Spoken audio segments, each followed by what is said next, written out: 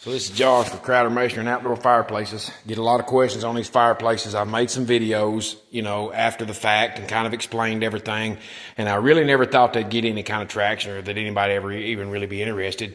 But I've actually got quite a few phone calls. And then I went back and looked at the videos and the comments. There's a lot of questions in them.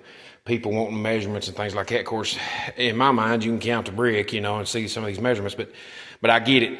And up in the throat, like you can look stuff up on the internet, but it only has certain measurements. Like up in the throat, there's no measurements up in there. There's no way to understand how to do that. So I'm doing one right now inside of the house, and I'm gonna go through step by step, and I'm gonna show you the measurements. So let me back up here and show you what I've done so far. First thing I do is I lay 2 row of block. I had somebody comment about me turning them block on their side on one video, and there's no weight on that. The fire brick. That's the only weight on it. We're not setting a house on it. There's no weight on this. The fire brick, that's it. Nothing sits on this. The flue liner sits on the back. I've got block that I run up the back.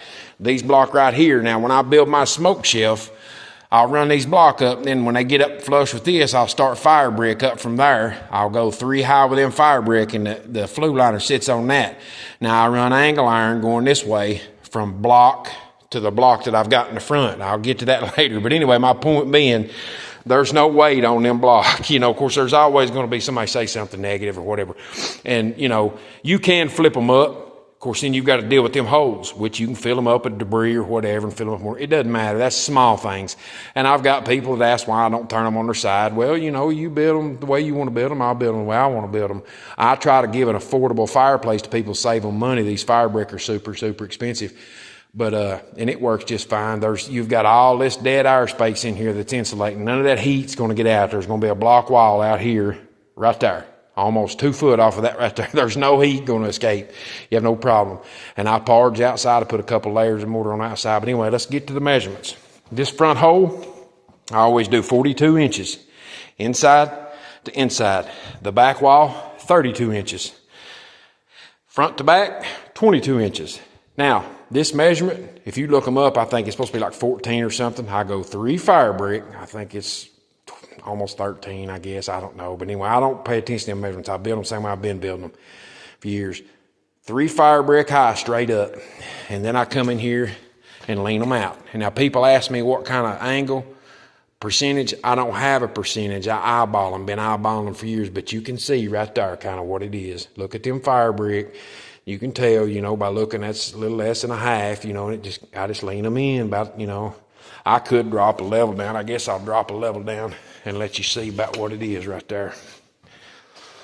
Okay, so let's plumb this guy up from the top. Okay, I'm plumb at the top. So you're coming out in 4 courses, you're coming out almost a full fire brick. Now that fire brick is sitting over on this fire brick a little bit, so you can't see that mortar joint behind this brick. I do that on purpose because I don't want a big old fat double mortar joint back there. But so you're basically at the top of that smoke shelf. You're coming out right there. So you're coming out, 3.5 inches over the course of 4 brick. But that's not super, super important. Just lean them out there good, like it right there, and you'll be fine. I got to sweep that and touch that up a little bit. Of course, most fire boxes you see on YouTube are horrible anyway, but like I tell people, and people talk about high heat mortar. I don't use high heat mortar. Yes, it'll withstand the heat, but it has no adhesion. They'll fall off within a year. They'll fall off. They just don't heat. I mix regular type S mortar. I make it real rich, and then I put a 10-pound bag of fire clay in each batch. Works fine for me. If it ain't the way you done it, that's fine. I understand. Your granddaddy taught you what he taught you. I'm cool with that. I don't throw rocks at what you do, so I appreciate if you don't throw rocks at what I do. But that's what I do. I don't never have no complaints. Don't never have no callbacks. And like I said before, I come out here and parge this outside, and I'll put another layer on it. And you can even wrap some of that wire around it if you need to, if you're that concerned about it. And the good thing is the heat will never touch this right here. So even if the heat disintegrates this, it can't move and flex if it's back here's good. So therefore it can't go nowhere. And all as you see the way we build the rest of this, the way I build the rest of this, everything is about strength and longevity. They're built to last. I've got safety measures in every place. This little eye hook right here, another example. I don't put these dampers in here no more.